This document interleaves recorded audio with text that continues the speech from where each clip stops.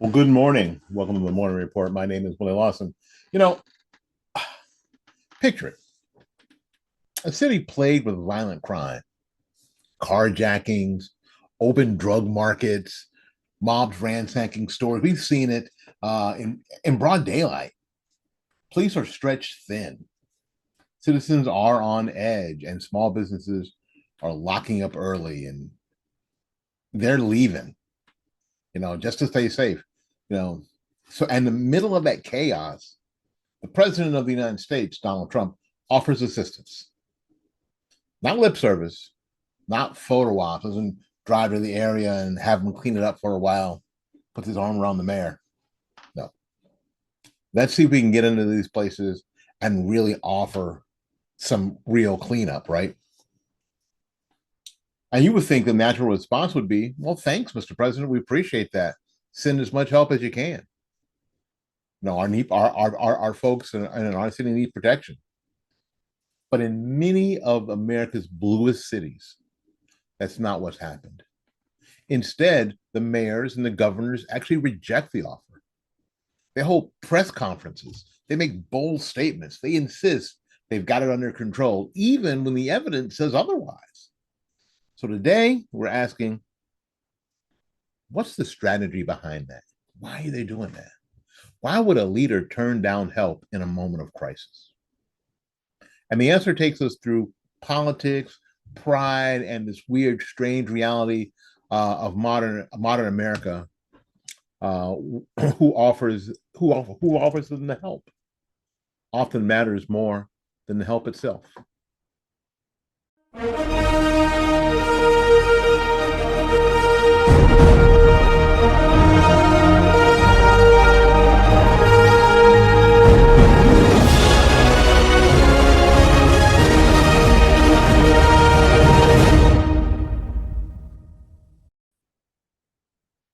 All right.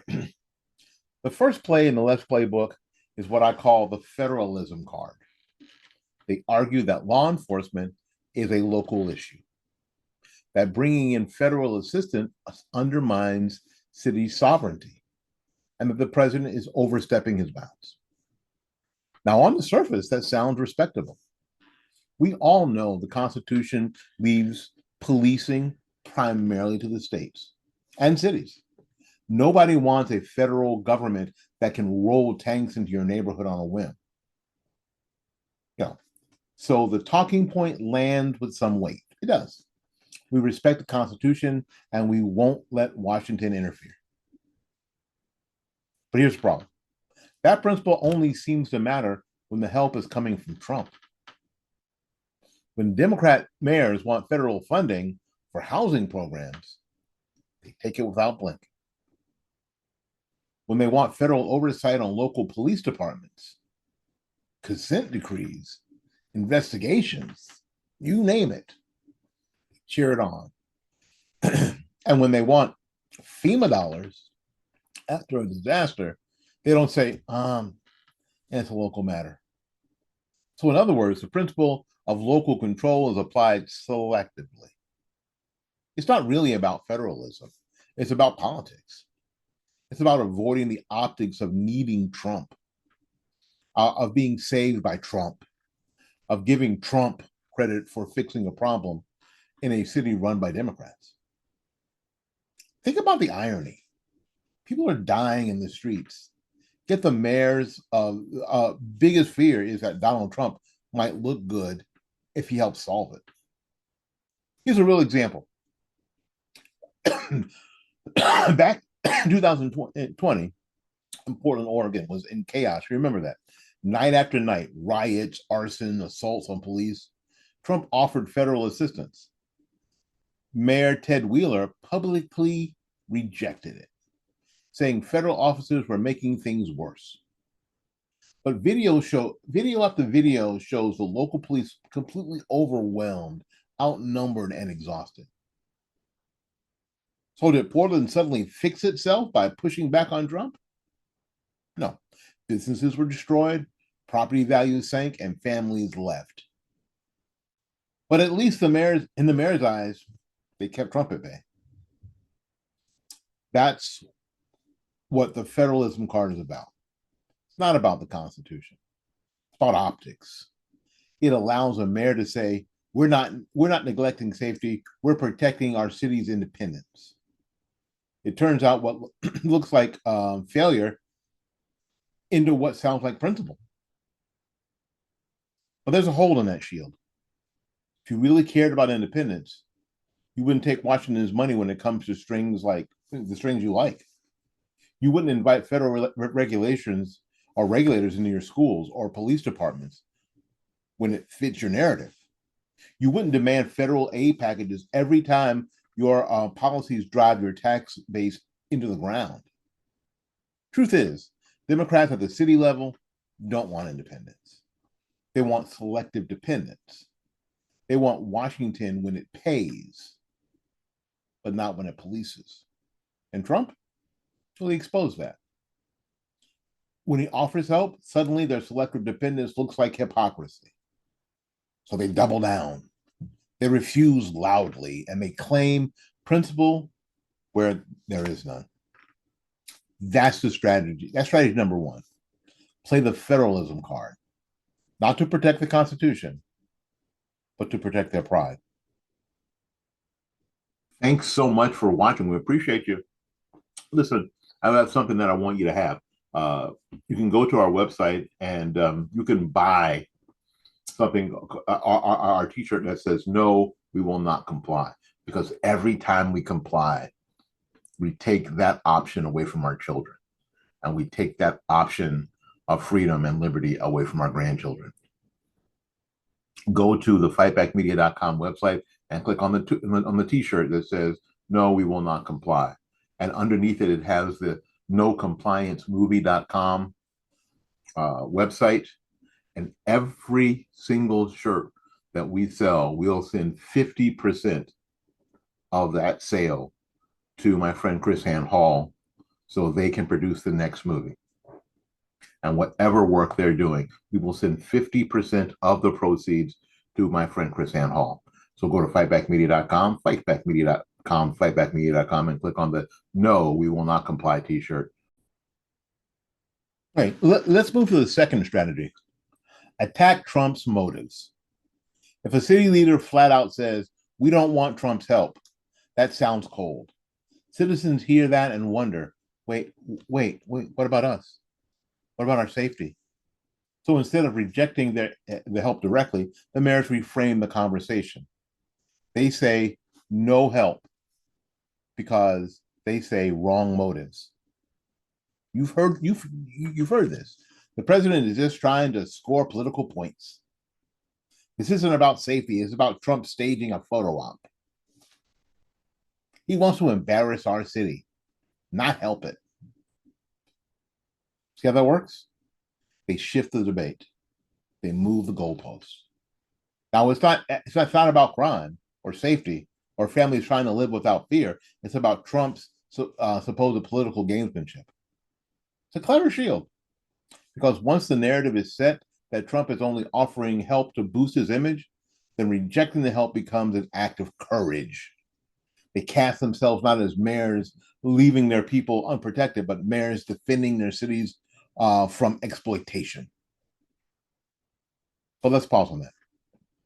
Imagine your house is on fire. The neighbors that you don't like run over with buckets of water. Do you really stop them at the door because you're worried that he wants to look like a hero? Or do you let them throw the water because your house is on fire inside or your family's inside? That's the absurdity of this approach. The citizens need safety more than politicians need pride. But the narrative spin flips it. The safety becomes secondary. Image becomes primary. We saw this during Trump's presidency. The first time, every time he offered to send federal resources to Chicago or Baltimore or Philadelphia, the response from the city leaders was, yes, let's, it wasn't this, yeah, let's save lives. It was, we don't want Trump's militarizing our city. We don't want Trump putting himself on the back of our expense, putting himself on the back at our expense. Think about the position that puts ordinary citizens in. They're trapped between a president who offers help and a mayor who refuses it. Not because the help won't work, but because the mayor doesn't want Trump to look good. Here's the deal. If, if the help works, Trump does look good. If the streets calm down, if businesses reopen, if families walk safely again, then Trump can point and say, see, my policies made this better. And that's precisely what progressive leaders fear the most. Not the failure of safety, but the success of Trump. That's the motive attack in action. It's not about disputing the crime stats. It's about offering a better plan. It's about questioning motives so loudly that people forget to ask the obvious. But would it actually help? Okay, let's move to the third strategy, building an alternative narrative. This one goes deeper than optics. Progressives argue that crime is not just crime. It's a symptom. It's a smoke from a bigger fire. Poverty, inequality, racism, lack of opportunity, failing schools. All of these, they say, create the conditions for violence. So when Trump offers federal law enforcement or National Guard troops, their counter is that won't fix the real problems. They'll say, you can't arrest your way out of poverty. They'll say this, crime is a result of inequality. We need investments, not crackdowns. They'll say, we need to tackle the root causes, not the symptoms. Okay. So on paper, this sounds compassionate. Who wouldn't want a long-term solution? Who doesn't want to live in a society where crime rates fall because families are stronger, schools are better, and communities thrive? But here's the flaw. None of those long-term solutions matter if people can't survive in the short term. You can't pour millions into housing and job programs if the neighborhoods are war zones. Families won't stick around to benefit. You can launch the new school programs, but if kids can't walk there safely, the programs collapse before they even begin. This is where the alternative narrative becomes dangerous. It's not that poverty and inequality don't matter, because they do. But using them as an excuses to refuse immediate enforcement it's like telling a drowning man what you really need is swimming lessons. Sure, maybe he does. But first, he needs a life preserver.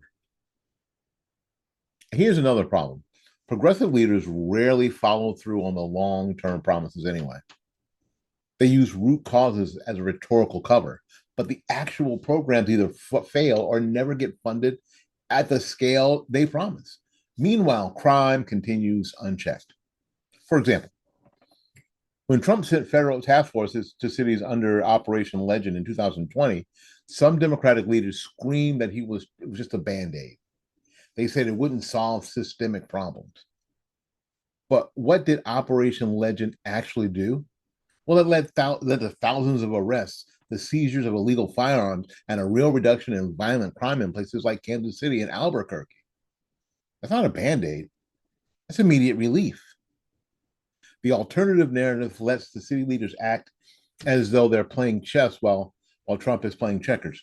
They paint his enforcement solutions as simplistic, short-term, and unsophisticated. Meanwhile, they claim to be the visionaries solving poverty and inequality and racism. But citizens don't experience policy debates. They experience daily reality. And the daily reality, the people just want to go home safely. The strategy becomes this: reject Trump's help, argue that it's short-sighted, elevate yourself as a thoughtful leader who understands the deeper issues. The problem, while you're waiting for your root cause plan to materialize, people are being robbed, people are being shot, people are being killed.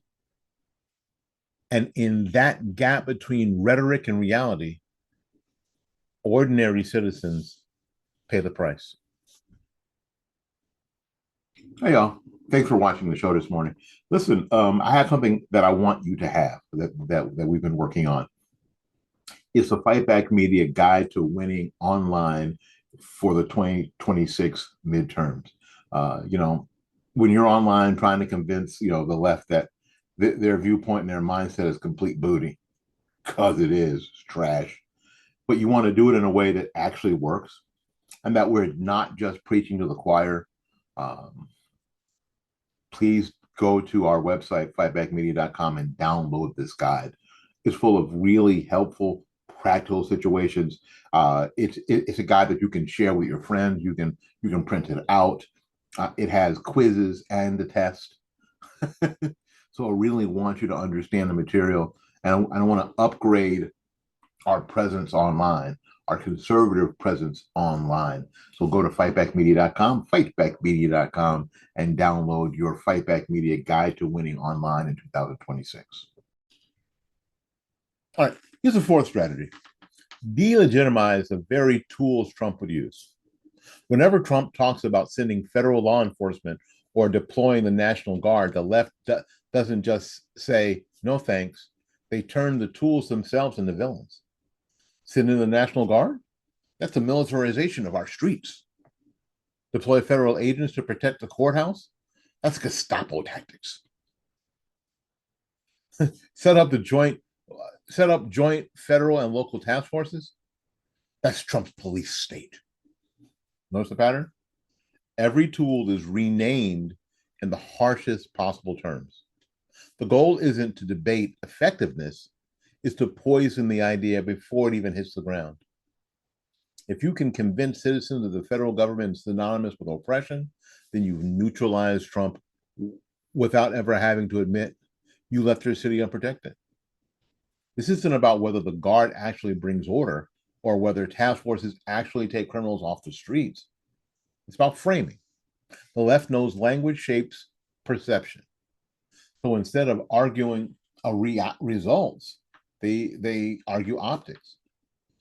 It's a high-risk move, though, because people who live in high-crime neighborhoods often aren't as worried about optics as the politicians are. They want safety.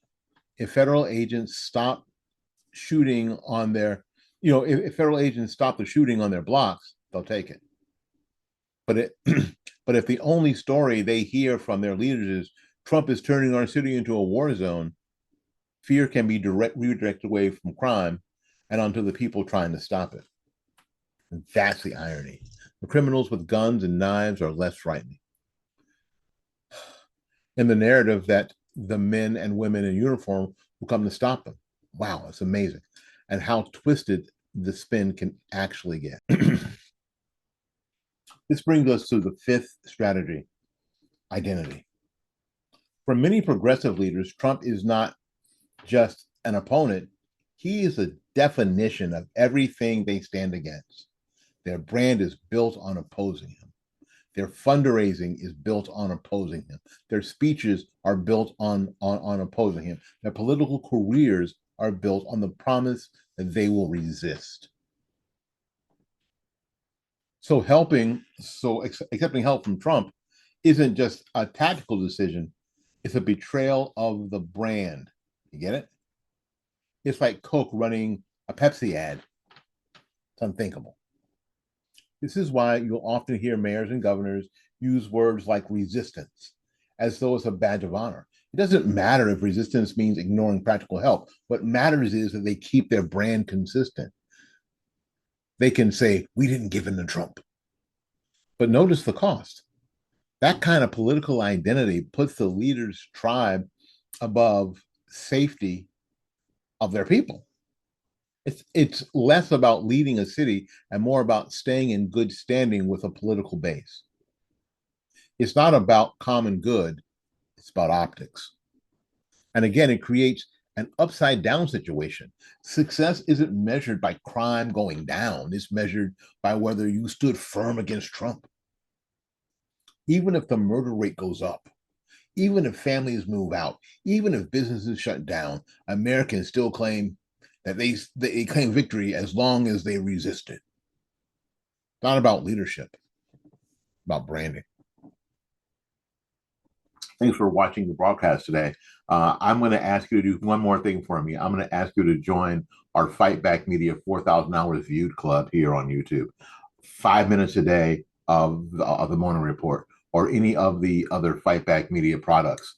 Morning Report is the best one and the easiest one. Whether you're watching shorts, whether you're watching long form videos, watch them for 5 minutes and share them with your friends and neighbors and your enemies.